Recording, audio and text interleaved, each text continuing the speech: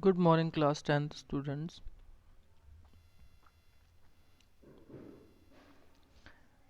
In previous class, we talk about organized and unorganized sector, and I gave you three questions to submit till 7 p.m. But problem ये है कि जो students हैं वो बहुत कम class में अटेंड हो रहे हैं. लास्ट टाइम जो क्लास हुई थी उसको आई थिंक 11 स्टूडेंट्स ने ही सिर्फ अटेंड किया है. जो रेशियो 30 या 30 प्लस हमेशा होता था वो सिर्फ और सिर्फ 11 पे है. तो आई थिंक जब बच्चे इतने कम पढ़ रहे हैं तो मुझे समझ में ये नहीं आ रहा है कि वो अपनी चीज़ों को कर कैसे रहे होंगे. और वर्क तो खैर बहुत से बच्चों का नहीं आता, ये बात सच है. आई डोंट नो ये चीज़ें कैसे सही होंगी क्या होंगी, मुझे खुद नहीं पता हो रहा है. क्योंकि जो इंटरेस्ट लेता है बेटा, चाहे क्लासरूम हो चाहे ऑनलाइन हो, पढ़ाई तो उसी के समझ में आती है. और रही बात यहाँ ऑनलाइन क्लासेस की, तो जितना एक एक वर्ड करके समझाने से अगर कोई चीज़ समझ में किसी की नहीं आ रही है तो दैट मीन्स आपको अपने कंसंट्रेशन की आवश्यकता ज़्यादा है, आपको अपने ऊपर ध्यान देने की आवश्यकता ज़्यादा है. क्योंकि आप पूछते नहीं हैं, सबसे बड़ी बात ये है. बहुत से बच्चे पूछ लेते हैं, मैं उनकी बात नहीं कर रहा हूँ, बट मैक्सिमम नहीं पूछते, 90% नहीं पूछते. कोई नहीं, जो भी वर्क मिल रहा है उसको 7 PM तक ही सबमिट करें. ऑन द डेली बेसिस पे आप सबमिट करें. बाकी तो आई थिंक न्यूज़ आई गई है कि 15 अक्टूबर से स्कूल खुल सकते हैं. तो ठीक है, 15 अक्टूबर जो डेट है, फिर जब हम और आप स्कूल मिलेंगे फिर देखते हैं क्या होता है. सज़ा तो आपको मिलेगी बहुत अच्छी वाली, आप शायद उसका इमेजिन नहीं कर पाएंगे. फिर आपकी कोई बहाना एक्सक्यूज़ हम नहीं सुनेंगे, वो चीज़ तो आप अपने अभी से अपने दिमाग में रख लीजिए. ओके, लास्ट टाइम ये जैसे इसको इसमें लेट्स डू इट में क्वेश्चन नंबर 3 की बात करें. आपको ये पूछा है कि डिस्टिंगाइज करना है आपको ऑर्गेनाइज और अनऑर्गेनाइज सेक्टर को, अपने वर्ड्स में एक्सप्लेन करना है. तो जो प्रीवियसली आपने क्लास में ऊपर डेफिनेशन समझी है, ये क्वेश्चन वहीं से आ जाता है. ये क्वेश्चंस के आंसर आपको लिखने वैसे ही है. क्वेश्चन को किसी भी तरह से पूछा जाए, लेकिन आप अगर ये समझ जाते हैं कि क्वेश्चन में पूछा गया है तो आपके लिए वो बहुत ईजी होता है. ठीक है, ये क्वेश्चन नंबर 4 में ना एक टेबल है बेटा. ये वर्कर्स हैं डिफरेंट सेक्टर में, मिलियंस में इनकी वैल्यू है. जैसे 74 है तो मिलियंस, 1 है तो मिलियन, फिर 41 है तो सब मिलियंस की बात है. ये टोटल डेटा है यहाँ पे. तो आपको क्या करना है, प्राइमरी में जैसे ऑर्गेनाइज सेक्टर में सिर्फ 1 मिलियन है, तो अनऑर्गेनाइज में कितने होंगे, आप 232 में से माइनस कर देंगे. सेकेंडरी में 41 ऑर्गेनाइज्ड हैं, 74 हैं, टोटल ये है. टेरिटरी में 40 ऑर्गेनाइज्ड हैं, 88% अनऑर्गेनाइज्ड हैं. वाह. और टोटल है 172 मिलियन. तो टोटल की जब बात की जाए तो ये अनऑर्गेनाइज्ड में आता है 82 मिलियन. और यहाँ कितना आएगा ये आपको ज़रा करना है, सॉल्व करना है, बड़ा आसान है. इसको सॉल्व कीजिए, इसको टोटल कीजिए, यहाँ लिखिए, और इसको टोटल कीजिए, यहाँ लिखिए. और आपको परसेंटेज लिखनी है दोनों की. अब परसेंटेज आप निकाल लेंगे क्योंकि आपके पास टोटल जो मिलियन यहाँ पे वैल्यू आएगी इस जगह पे, वो तो आपको पता चल जाएगी. तो उसके अकॉर्डिंग आपको अनऑर्गेनाइज सेक्टर में परसेंटेज निकालना है, और ऑर्गेनाइज में क्योंकि टोटल तो आपको पता चल ही जाएगा, तो आपको परसेंटेज निकालनी है. तो होमवर्क में क्वेश्चन नंबर 4 रेडी रहेगा आपके लिए. बुक में कर लें, कोई दिक्कत नहीं है. नोटबुक में भी कर सकते हैं, नोटबुक में करेंगे तो बहुत अच्छी बात है. उसके बेसिस पे जो ये 3 क्वेश्चंस हैं वो यहाँ से ही पूछा गया है उसमें, कि what is the percentage of people in unorganised sector in agriculture, यही पूछा है. Do you agree that agriculture is an organised sector activity, why. आपको लिखना है, लिखना पड़ेगा. If you look at a country as a whole we find that dash, मतलब इसको अगर आप माने कि इंडिया का पूरा 100% डेटा हम यहाँ रिकवर कर रहे हैं, तो dash percent of worker India are in unorganised sector. कितना है अनऑर्गेनाइज में वो लिखना है. ऑर्गेनाइज सेक्टर एम्प्लॉयमेंट जो है कि कितने परसेंट्स को अवेलेबल है, वो आपको यहाँ से डेटा करके लिखना है. तो कोशिश कीजिए, अगर आप ये बुक में यहाँ फिल कर दें तो कोई दिक्कत नहीं है, आप बुक का पिक लेके सेंड कीजिए होमवर्क में. और लेकिन जो ये सेकंड क्वेश्चन है वो तो आपको लिखना ही पड़ेगा. तो आप बुक में लिख सकते हैं फिर, लेकिन इस क्वेश्चन को आपको नोटबुक में लिखना होगा. ठीक, आपके पास ऑप्शन है दोनों तरीके से। आप ये पूरा बुक में करने के बाद इस क्वेश्चन को नोटबुक में करके भेजें, या फिर इस पूरे को नोटबुक में करके भेजें, चॉइस इज़ योर्स। आगे हम बढ़ते हैं कि मतलब हम अपने वर्कर्स के जो अधिकार हैं उनको प्रोटेक्ट करने की बात हो, या उनके संरक्षण की बात हो, सुरक्षा की बात हो, वो कैसे कर सकते हैं अनऑर्गेनाइज सेक्टर में? बहुत बड़ा सवाल है, और ये क्वेश्चन भी है कि how to protect workers in the unorganised sector. आप कैसे उन अनऑर्गेनाइज सेक्टर में वर्कर्स को प्रोटेक्ट करेंगे, मतलब उनके अधिकारों को लेके, उनकी टाइमिंग को लेके, उनकी वेजेस को लेके, और उनकी कुछ ज़रूरतों को लेके। जैसे सबसे बड़ा पॉइंट रहता है कि पेड लीव, और एक क्वेश्चन और था जिसको हमने क्या नाम दिया था, यस, जॉब सिक्योरिटी, जो फर्स्ट चैप्टर में चीज़ें आती थी। मनी थोड़ा सा कम हो चलेगा, थोड़ा कम, बहुत ज़्यादा नहीं, लेकिन जॉब सिक्योरिटी अच्छी हो। तो क्या क्या होना चाहिए, उस बेस पे ज़रा इस चीज़ को हम ज़रा इस क्वेश्चन का आंसर समझने की कोशिश करते हैं स्टूडेंट्स। तो ये चीज़ तो आपको मालूम है कि ऑर्गेनाइज सेक्टर जो जॉब ऑफ़र करता है कि वो मोस्ट सॉट आफ्टर होती है, ठीक। मतलब सबसे सही आप उसी चीज़ को मानते हो, ऑर्गेनाइज सेक्टर में आप एक बार चले जाते हैं तो आपको सुकून मिल जाता है कि हाँ, आपको इसके बाद कहीं भी इस तरह से आने धोने की ज़रूरत नहीं पड़ेगी, आपको परेशान होने की ज़रूरत नहीं पड़ेगी। But the employment opportunities in the organise sector have been expanded very slowly. ये चीज़ तो सच है कि चाहे जॉब्स की बात हो, कंपनी में किसी पद पे रहने की बात हो, या किसी और सेक्टर के ऑर्गेनाइज होने की बात हो, वहाँ जो ऑर्गेनाइज सेक्टर में जो उसका बढ़ना है वो बहुत धीरे धीरे बढ़ता है। जब आप किसी पर्सन को कुछ समय के लिए परमानेंट जॉब देते हैं, तो वहाँ तो जॉब की वैकेंसी तभी खाली होगी ना जब उस पर्सन्स को रिटायरमेंट मिलेगा, या वो किसी चीज़ से हटा दिया जाए, या फिर उसको वीआरएस दिलवाया जाए। तो तब तक के लिए तो आप जॉब क्रिएट नहीं कर सकते, यही तो बात है। It is also common to find many organised sector enterprise in the unorganised sector. अच्छा, ये चीज़ बहुत ही मतलब इम्पोर्टेंट है, और आपको शायद ये चीज़ समझ में आ रही होगी कि ये चीज़ सच में मतलब देखी गई है कि ऑर्गेनाइज सेक्टर में भी जो इंटरप्राइज है ना, छोटे छोटे, वो अनऑर्गेनाइज है, मतलब वो सही तरीके से नहीं चल रहे हैं। बात करें, चलिए आपके स्कूल की बात करते हैं, डीपीएस की बात करते हैं, ठीक। एक अच्छी संस्था है, टीचर्स हैं, स्टूडेंट्स हैं, अच्छी फीस ली जाती है, सारी चीज़ें हैं, बट कई सारे टीचर्स को लेके संशय क्यों रहता है? कई सारे टीचर्स को लेके संशय क्यों रहता है? क्यों नहीं मतलब उनको उस तरह से परमानेंट रह पाते हैं? आई थिंक उनकी एलिजिबिलिटी, जब स्कूल को पता चलता है कि इनकी एलिजिबिलिटी या इनकी किसी भी चीज़ में थोड़ा सा प्रॉब्लम है, तो वो आपको हटा देंगे। भाई सिंपल सी बात है, वो आपको हटा देंगे। अच्छा, कई टीचर्स की रिक्रूटमेंट होती है, वो नहीं हुई। म्यूज़िक टीचर हो, डांस टीचर हो, या और कई सारे पीटीआई हो, या किसी अदर तरह की बात हो, वो नहीं हुई। एसएसटी टीचर की आप बात कर लीजिए, 6th 7th 8th में, लास्ट ईयर 6th 7th में नहीं हुई। तो यानी कि स्कूल पूरा ऑर्गेनाइज है, बट उसके अंदर कुछ काम ऐसे हैं जो आप अनऑर्गेनाइज तरीके से करवा लेते हैं। तो जॉब क्रिएशन कहाँ से होगा, आप मुझे बताएं। ठीक, ये तो थी ये वाली बात। They adopt such strategies to evade taxes and refuse to follow law that protected labourers. वो टैक्स से बचना चाहते हैं, और ऐसे बहुत सारे लॉ को मतलब नहीं मानते हैं जो कि प्रोटेक्ट करते हैं हम टीचर्स को, या यहाँ वहाँ पे काम करने वाले छोटे छोटे लाइब्रेरियन, या फिर काम करने वाले लोग, या मज़दूर, या बाई जी, या कोई भी लोग, उनके लॉ प्रोटेक्ट नहीं होते हैं। बाई जी डेली आती है, गरीब है ना, छोटी मोटी तनख्वाह मिलती है।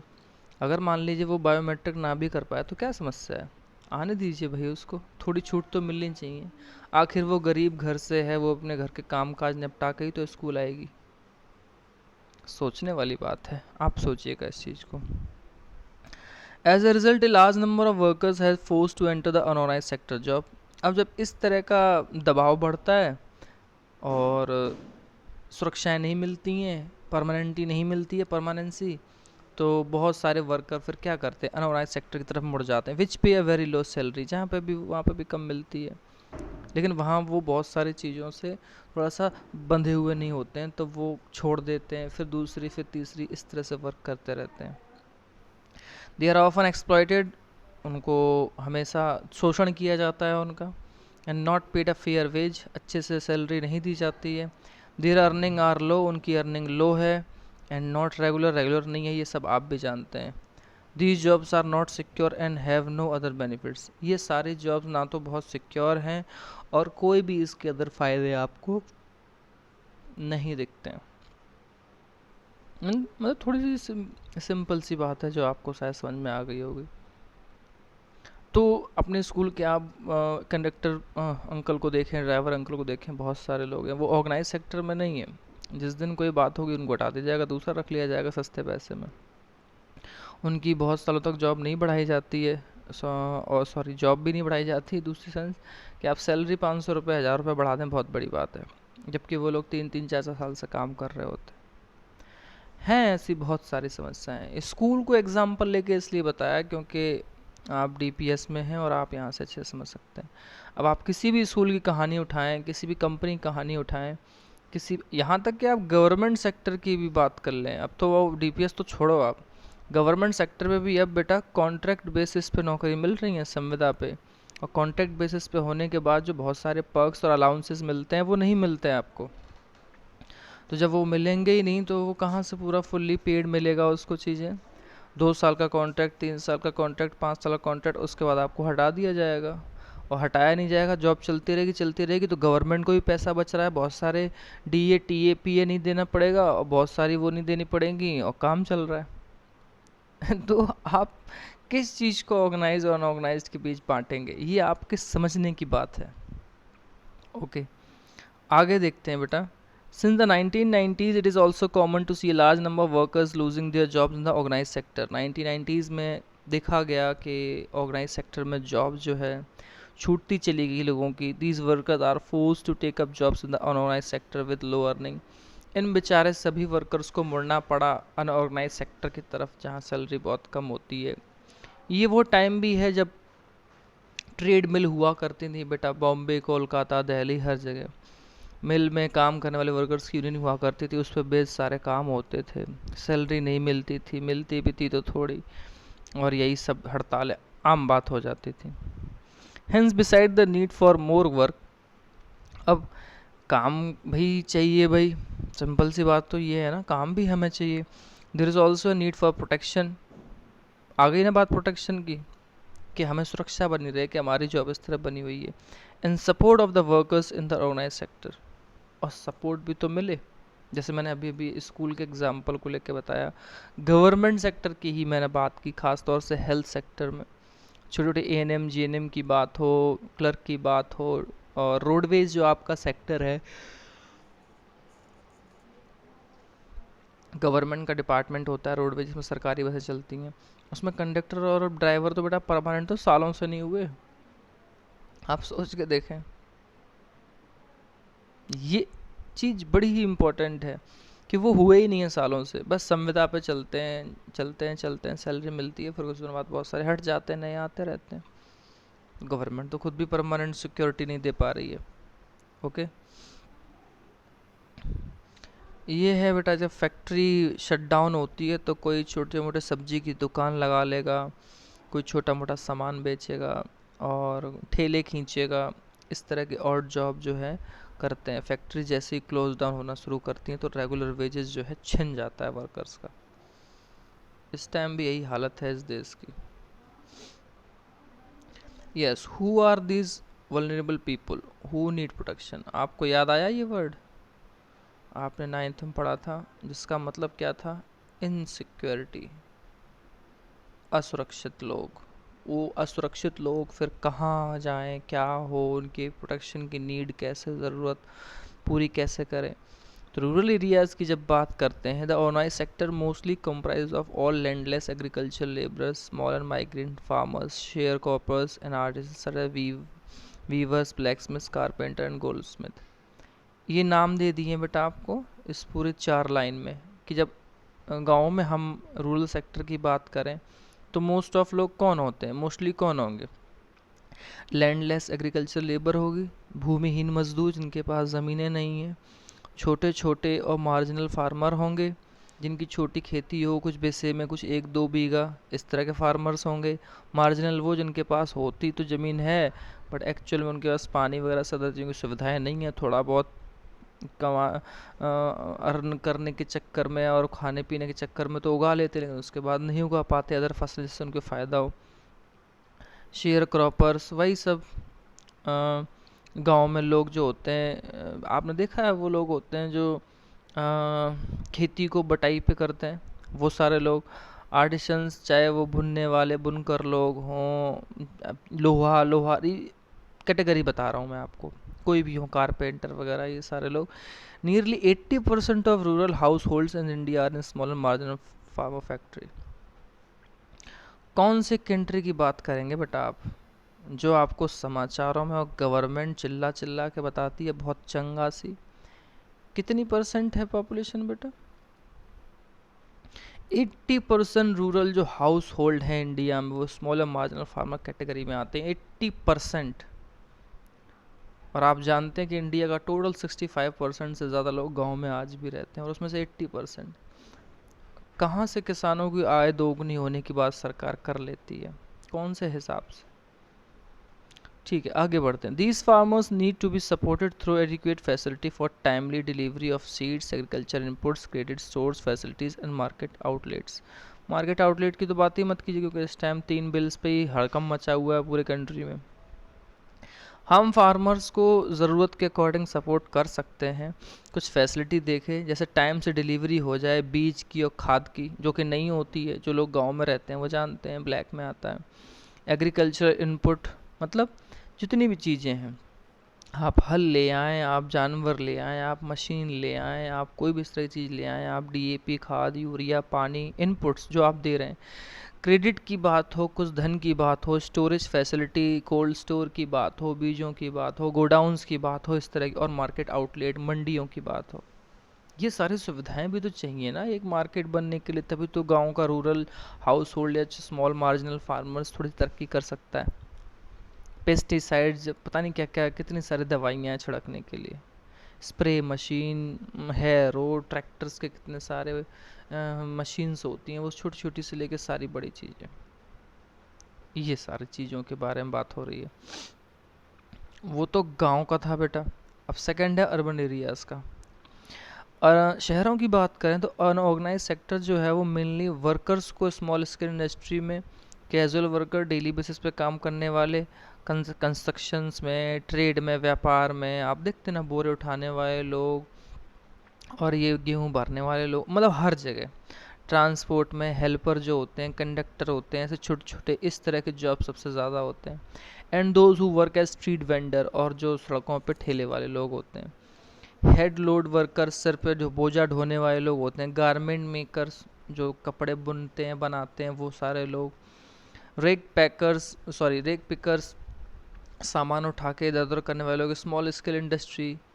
तो उन सब में भी गवर्नमेंट की सपोर्ट चाहिए, ताकि जो रॉ मटेरियल और उसकी नीड है, मार्केटिंग की जो आउटपुट है, आउटपुट मतलब कि जब ट्रेड अपने बैलेंस से बाहर जब जाए, सेल होने, आउटलेट्स में ऑर्गेनाइज करने के लिए, तो वो सब चीज़ें गवर्नमेंट थोड़ा सा प्रोटेक्ट कर सकती है। वो चाह सकती है तो किसी टैक्स को कम कर सकती है, वो चाहे तो थोड़ा सा रियायत दे सकती है। तो उससे क्या होगा, एक बार जब बिज़नेस बढ़ता है तो अच्छे से बढ़ने लगता है। The casual workers in both rural and urban areas need to be protected. Worker चाहे शहरों के हों चाहे गाँव को, दोनों को ही प्रोटेक्ट करने की नीड है हमें। ज़रूरत है कि हम उनका थोड़ा साथ दें, उस तरफ उनका ध्यान दिया जाए। आगे देखते हैं। We also find that majority of workers from schedule caste, tribes and backward community find themself in the organise sector, unorganise sector.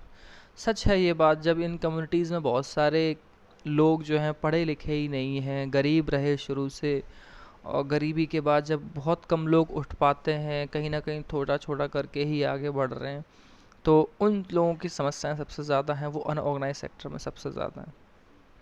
आप तो अच्छे घर से आते हैं, आप डीपीएस में पढ़ रहे हैं, लेकिन आपके गांव, शहरों, मोहल्लों में ऐसे बहुत से बच्चे होंगे जो आप जैसे महंगे स्कूल में नहीं पढ़ सकते।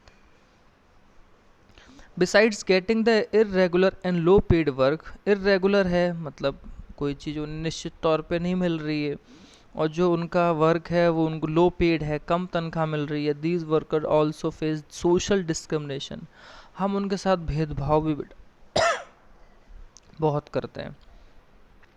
Protection and support to the unorganised sector workers in thus necessary for both economic and social development. Protection की बात करें चाहे सपोर्ट की बात करें, अनऑर्गेनाइज सेक्टर में वर्कर्स को इसकी ज़रूरत है, चाहे इकोनॉमिक लेवल पे हो, चाहे उनका घर खर्चा चले, चाहे सोशल डेवलपमेंट की बात हो। यहाँ पे एक आया था ना वर्ड सोशल डिस्क्रिमिनेशन। अभी जो लड़की है मनीषा वाल्मीकि, हाथरस केस, उसके साथ क्यों ऐसा हुआ बेटा? जात पात के चक्कर में। क्यों? क्योंकि वो वाल्मीकि है।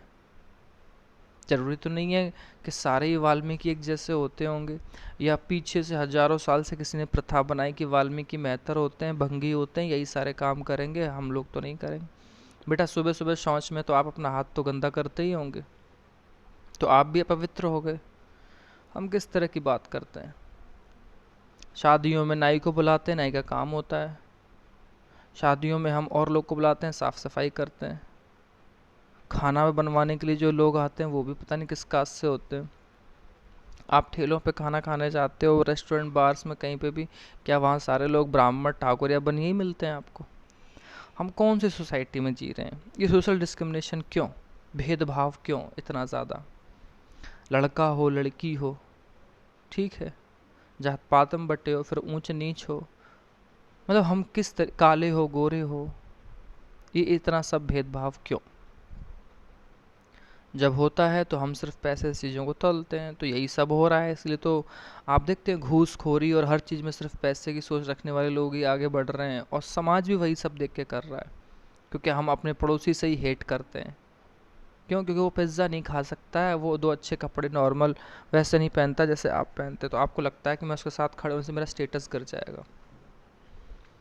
मरघट में किसी का स्टेटस नहीं देखा जाता है, और जब इंसान पैदा होता है तो हर कोई गरीब नहीं होता है। तो ये बहुत सारी चीज़ें हैं। ये सोशल डिस्क्रिमिनेशन क्यों? तभी तो इतने सब क्राइम हो रहे हैं कंट्री में। ओके, ये तो बात थी यहाँ तक के आज के इस चैप्टर में। और